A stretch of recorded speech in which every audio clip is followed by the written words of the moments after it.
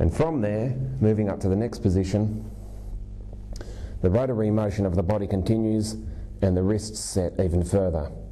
And this position will make where the left arm is parallel to the ground.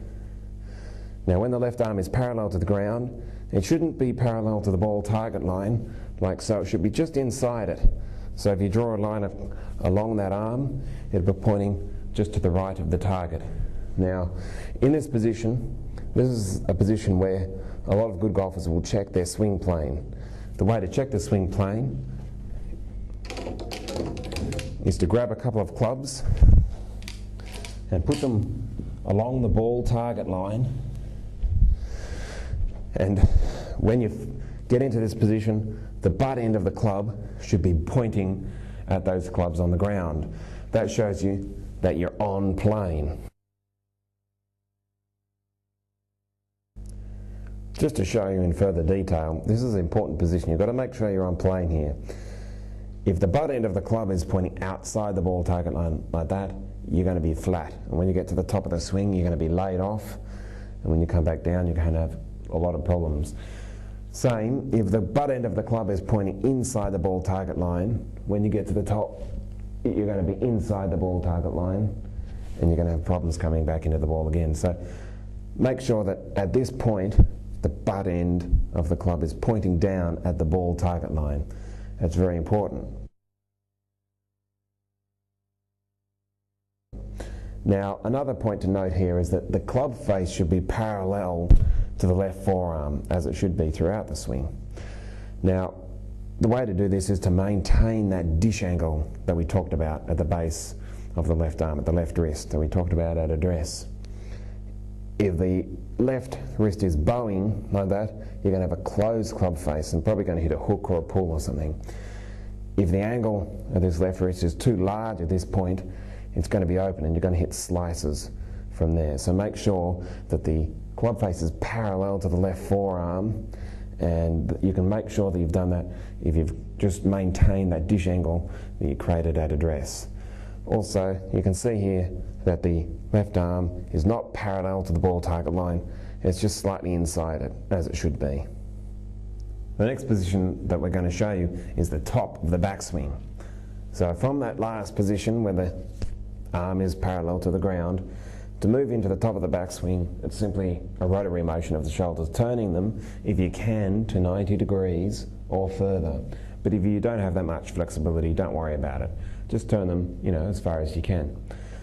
Now, if you have turned your shoulders 90 degrees, you're going to be approximately in the position where the club is parallel to the ground. Now, when the club is parallel to the ground, it should be parallel to the target line.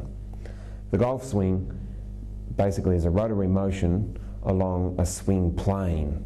Now, this swing plane is on an angle along the ball target line, back around behind you like that. Now, if you're on plane, as we talked about in the last position, where the butt end of the club is pointing at the ground, you just move further around on that plane, and if you're at parallel, like I said, it's going to be parallel to the ball target line. If, when you're on this plane, you move around further on that plane, and you've gone just short of parallel, the club will quite naturally be pointing out that way from the target, out to the left. Don't worry about that, you're not laid off. You're just swinging on plane and you're just short of parallel. Same, if you go through parallel to the other side of the plane, it's actually going to be pointing to the right of the target. Now that's okay too. Most coaches will tell you don't go past parallel, but if you're flexible enough, well, John Daly can do it, so he's a pretty good player. So what you want to do from that position, it's a rotary motion to the top. If you're just short, it's going to be pointing out to the left. If you're just past it, it's going to be pointing out to the right. Now also, in this position, you want to have the club face parallel to the left forearm. You can check that in if you have a camera or a mirror, but another way to look at it is that you maintain that dish angle at the back of the left wrist that you started at address. If you've got that, the club face will be parallel to the left forearm.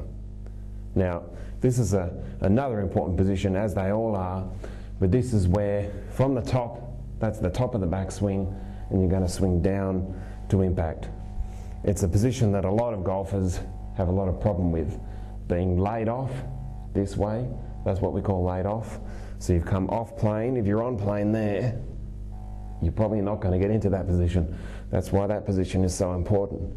But if you find that you are getting laid off at the top, you're going to have a lot of problems coming back into the ball.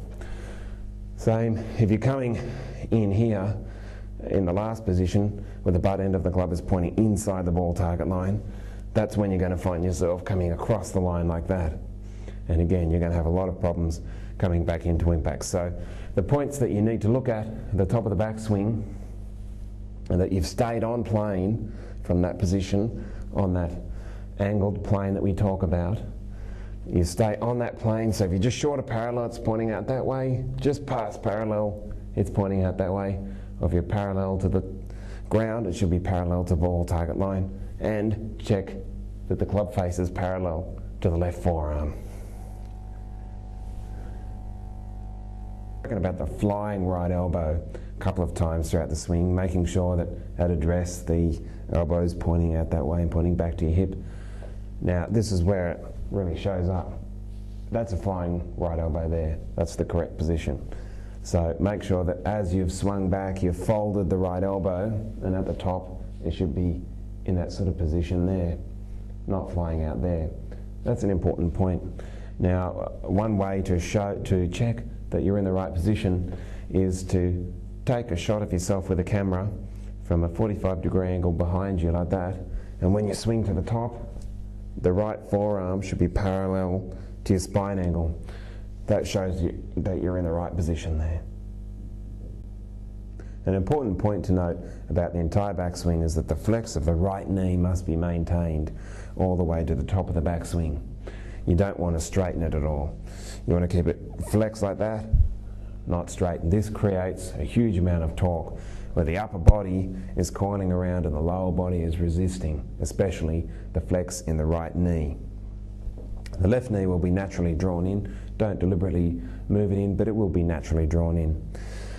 That creates a lot of power where the upper body is turning and the lower body is resisting, and it creates a lot of power on the downswing and therefore a lot of distance.